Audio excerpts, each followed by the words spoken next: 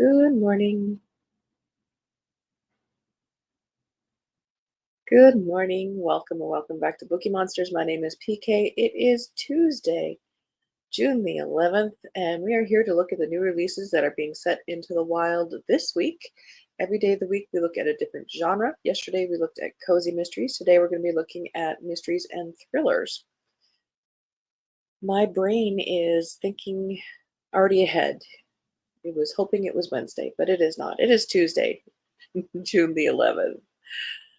I suppose we will take each day as it comes.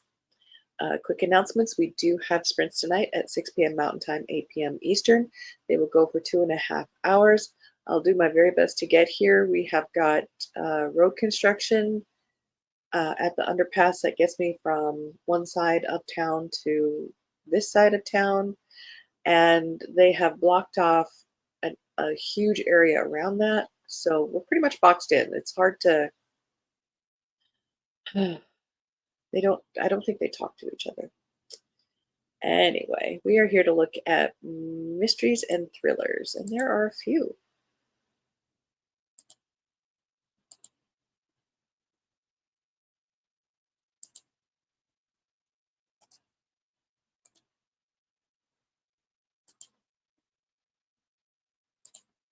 First up, A Talent for Murder by Peter Swanson.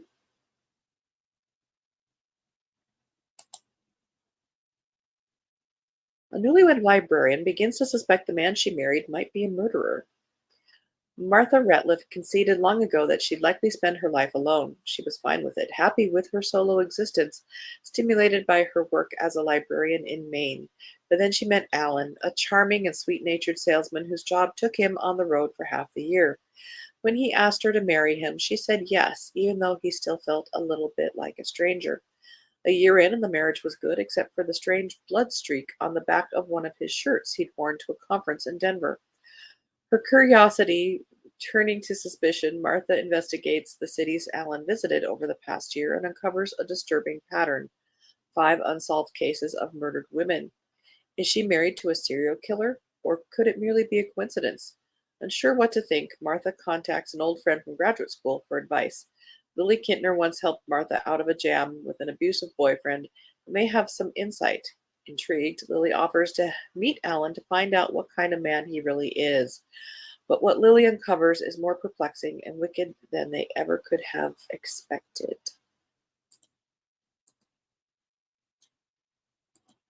Well, dang, I was hoping he'd be like the cop chasing a serial killer. That would be a neat twist. Do they listen to me? No.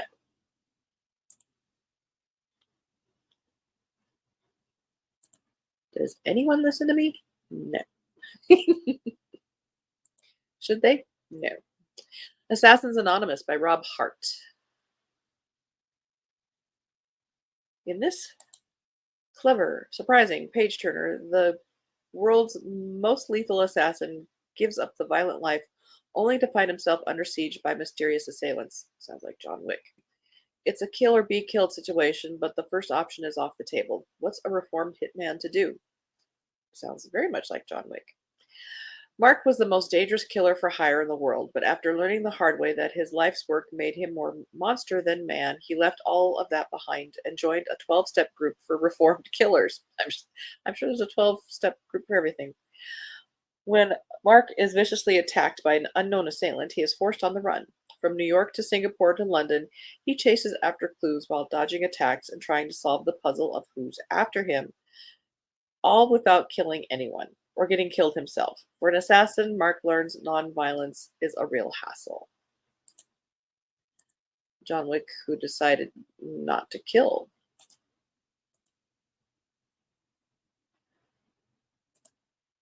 John Wick definitely has a body count. Bodies to Die For by Laurie Brand. Popular fitness influencer Gemma has transformed herself from a before into an after, complete with washboard abs, thriving business, and gorgeous husband. But social media can be deceiving. Offline, the cutthroat world of bikini bodybuilding may just eat her alive. That's if she's not first devoured by the secret nemesis that lurks beneath her polished surface, waiting to destroy her. Software engineer Ashley is fat and frustrated, frustrated with failed diets, with a world that wants her to shrink, with biased doctors, online trolls, and even her own mother, until Ashley falls in with a mysterious and radical sect of fat activists who are fighting back by any means necessary. She's never felt so alive, so full of purpose. She'll do whatever it takes to ride this high, destroy diet culture, and win the approval of her charismatic leader. Gemma and Ashley are on a collision course headed for the Olympia, the bodybuilding competition where futures are made and lost. When Gemma's toughest rival turns up dead and more fitness girls fall like dominoes, it's beginning to look like the body image war has gone too far. Interesting concept, I will give it. I don't know if it's like too interesting and then people will not be interested.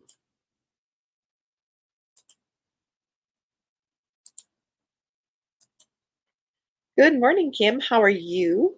How are the puppies? How's your knee? In any order. Hope to Die by Kara Hunter. Sorry, coffee.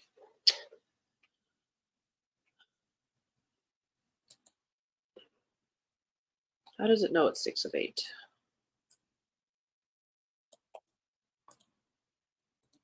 Sorry, we have to do a quick investigation.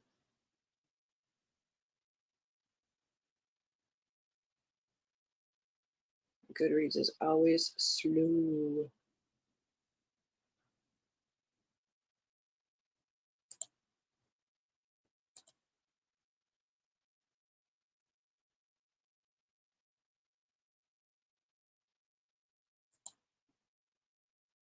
Okay. Hello, Goodreads. There we go.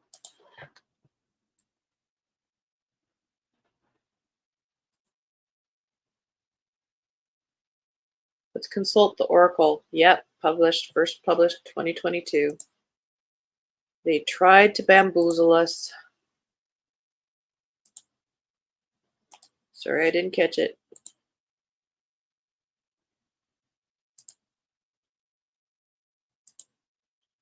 Lies Make Perfect by Ellie Banks. In a web of lies, one mother fights for the truth.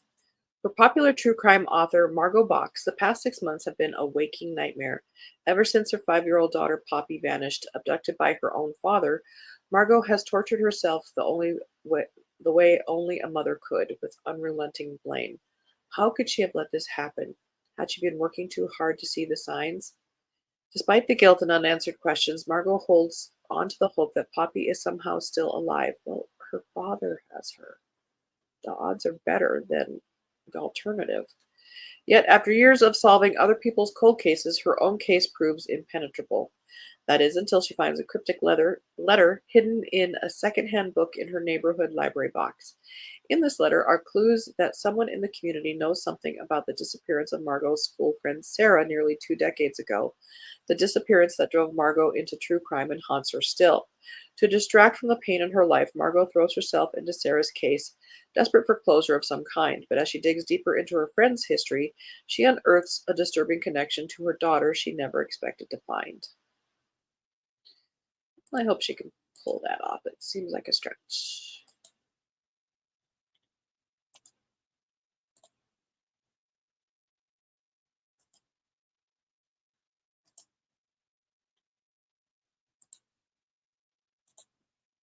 We're all doing okay, keeping icy hot on my knee. The doggies are outside.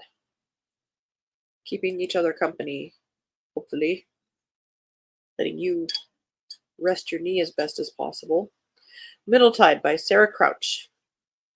This is a debut. One peaceful morning in the small Puget Sound town of Point Orchards, the lifeless body of Dr. Aaron Landry is found hanging from a tree on the property of prodigal son and failed writer Elijah Leith. Sheriff Jim Godbout's initial investigation points to an obvious suicide, but upon closer inspection, there seem to be clues of foul play when he discovers that the circumstances of the beautiful doctor's death were ripped straight from the pages of Elijah Leith's own novel. Out of money and motivation, 33-year-old Elijah returns to his empty childhood home to lick the wounds of his futile writing career. Hungry for purpose, he throws himself into restoring the ramshackle cabin his father left behind and rekindling his relationship with Nikita, the extraordinary girl from the nearby reservation whom he betrayed but was never able to forget. As the town of Point Orchards turns against him, Elijah must fight for his innocence against an unexpected foe who is close and cunning enough to flawlessly frame him for murder in the scintillating literary thriller that seeks to uncover a case of love, loss, and revenge.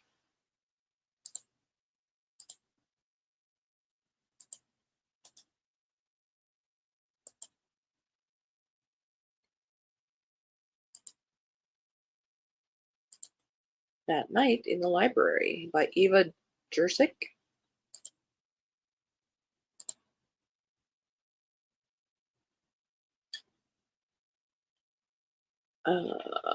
Trying to read past the blurbiness. On the night before graduation, 7 students gather in the basement of their university's rare books library. They're not allowed in the library after closing time, but it's the perfect place for the ritual they want to perform, one borrowed from the Greeks, said to free those who take part in it from the fear of death.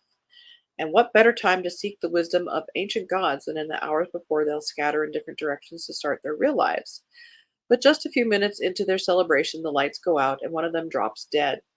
As the body count rises with nothing but the books to protect them, the group must figure out how to survive the night while trapped with a murderer. One night locked in the library, what could go wrong? Yeah, don't do it the day before you graduate.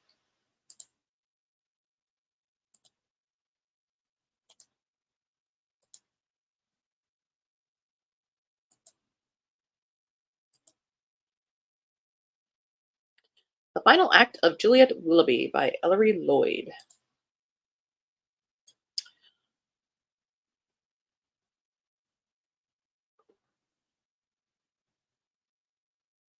This is a follow up to a Reese Book Club pick, apparently. Some women won't be painted out of history. Everybody knows that in 1938, runaway heiress artist Juliet Willoughby perished in an accidental studio fire in Paris alongside her masterpiece Self Portrait as Sphinx. 50 years later, 2 Cambridge art history students are confounded when they stumble across proof that the fire was no accident, but something more sinister. What they uncover threatens the very foundation of Juliet's aristocratic family and revives rumors of the infamous curse that has haunted the Willoughbys for generations. But what does their discovery mean, and how is it connected to a brutal murder in present day Dubai? A tale of love and madness, obsession and revenge. Unravels the riddle posed by a sphinx who refuses to reveal her secrets.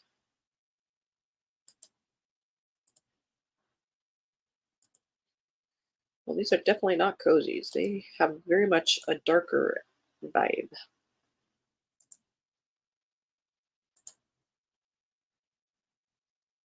The Honeymoon by Shalini Boland. It was the perfect romantic honeymoon until her husband disappeared. It was supposed to be the happiest time of their lives. But for newlywed Stella, the dream honeymoon has turned into a nightmare overnight. Her perfect husband, Austin, has vanished without a trace.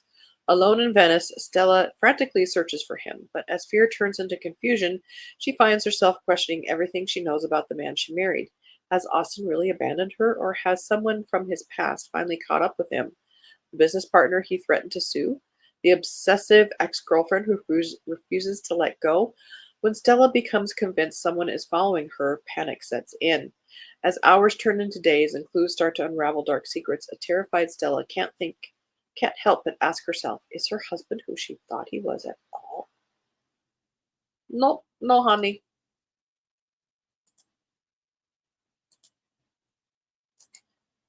They never are. Blah, ah, ah, ah. Oh, Freedom McFadden has a new one in the Housemaid series. You must be our new neighbors, Mrs. Lowell gushes and waves across the picket fence.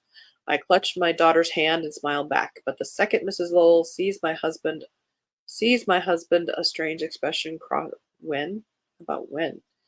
My A strange expression crosses her face. In that moment, I make a promise. We finally have a family home. My past is far, far behind us, and I'll do anything to keep it that way. I used to clean other people's houses. Now I can't believe this home is actually mine. The charming kitchen, the quiet cul-de-sac, the huge yard where my kids can play. My husband and I saved for years to give our children the life they deserve. Even though I'm wary of our new neighbor, Mrs. Lowell, when she invites us over for dinner, it's our chance to make friends. Her maid opens the door wearing a white apron, her hair in a tight bun. I know exactly what it's like to be in her shoes, but her cold stare gives me chills. The Lowell's maid isn't the only strange thing on our street. I'm sure I see a shadowy figure watching us. My husband leaves the house late at night, and when I meet a woman who lives across the way, her words chill me to the bone. Be careful of your neighbors. Did I make a terrible mistake moving my family here? Probably. I thought I left my darkest secrets behind, but could this quiet suburban street be the most dangerous place of all? Yeah,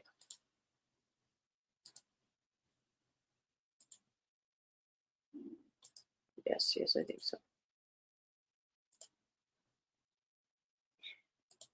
The Hungry Bones, fifth in the Alexa Glock Forensic Mysteries. I do like a good forensic. Emphasis on good. This is by Sarah E. Johnson. Alexa Glock is at a crossroads, personally and professionally.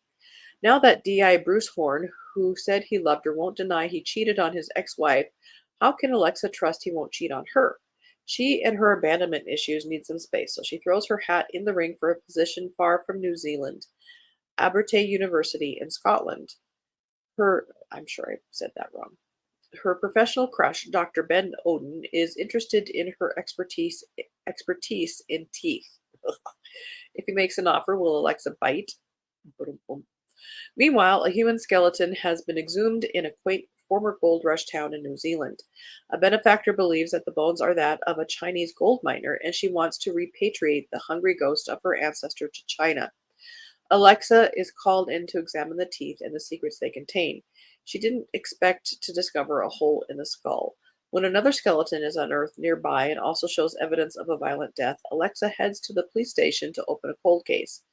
Then the town's beloved school principal goes missing. Alexa is quickly recruited to assist with the search, and as she digs into both cases, the secret she uncovers makes her dangerously unpopular with those who want to keep the past buried, and perhaps Alexa along with it.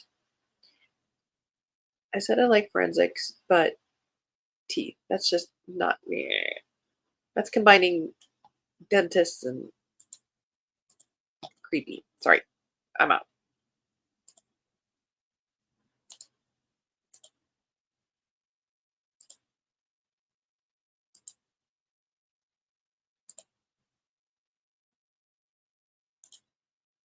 I'm sure they will be wandering to the back door soon.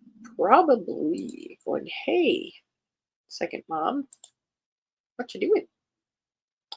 The Murder After the Night Before by Katie Brent.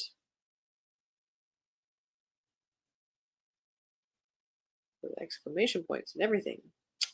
Something bad happened last night. My best friend Posey is dead. The police think it was a tragic accident. I know she was murdered. I've woken up with the hangover from hell, a stranger in my bed, and I've gone viral for the worst reasons. There's only one thing stopping me from dying of shame. I need to find a killer. But after last night, I can't remember a thing. And that's it. Lots and lots and lots of blurbs.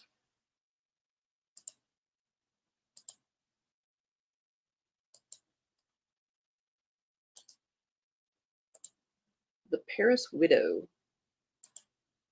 by Kimberly Bell. Nice thing about all these thrillers is that they're standalones. If you wanted to jump in, a dream vacation turns deadly when secrets from the past catch up to a married couple in Paris.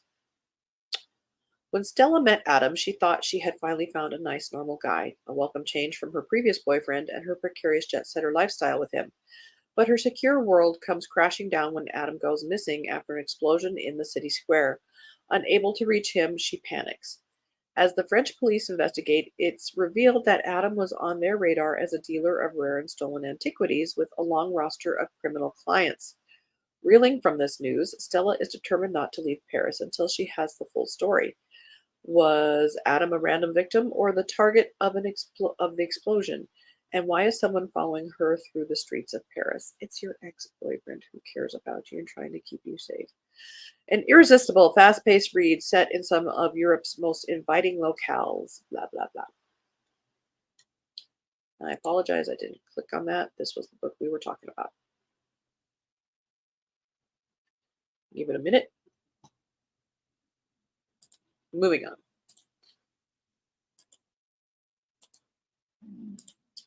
And the last one we have for today. Whoops. Maybe.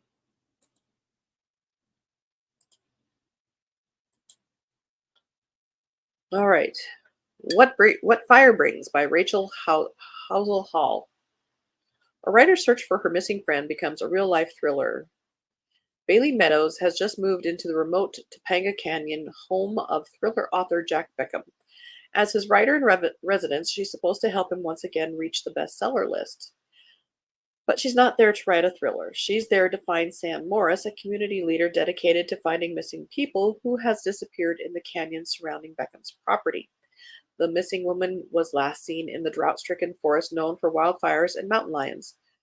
Each new day, Bailey learns just how dangerous these canyons are for the other women who have also gone missing here and for her. Could these missing women be linked to strange events that occurred decades ago at the Beckham estate? Probably. As fire season in the canyons approaches, Bailey must race to unravel the truth from fiction before she becomes the next woman lost in the forest. ... And that's all we have. Just in time. Look at that.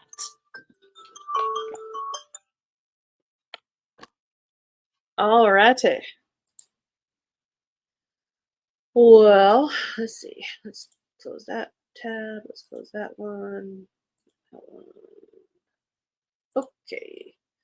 Well, one of those was kind of interesting to me. The first one, the Peter Swanson, I might check out a little bit more. Hope you guys have a good Tuesday. Thank you very much for watching. If you're watching later, thank you very much for watching later. Kim says, have a great day. You too. You too, my friend. Yes, we do have sprints tonight at 6 p.m. Mountain Time, 8 p.m. Eastern. They'll go for 2.5 hours. I do every Tuesday and Thursday evening and Saturday afternoons at 1 p.m. Mountain Time, 3 p.m. Eastern. Tomorrow's new releases, we'll be looking at romance. Wednesdays are romance books. And then on Thursday will be the fantasy and science fiction. So I hope you have a very good day. I hope you're reading good books. Remember, if you are reading a book that you're not enjoying, it's okay to set it aside. It's just on pause. It's not a reflection of you. It's not a reflection of the author or the book. It's just not the right time for those three things to come together. It's okay. And as the banner says here, don't be a bookworm, be a bookie monster. Nom nom nom. Have a good day and God bless.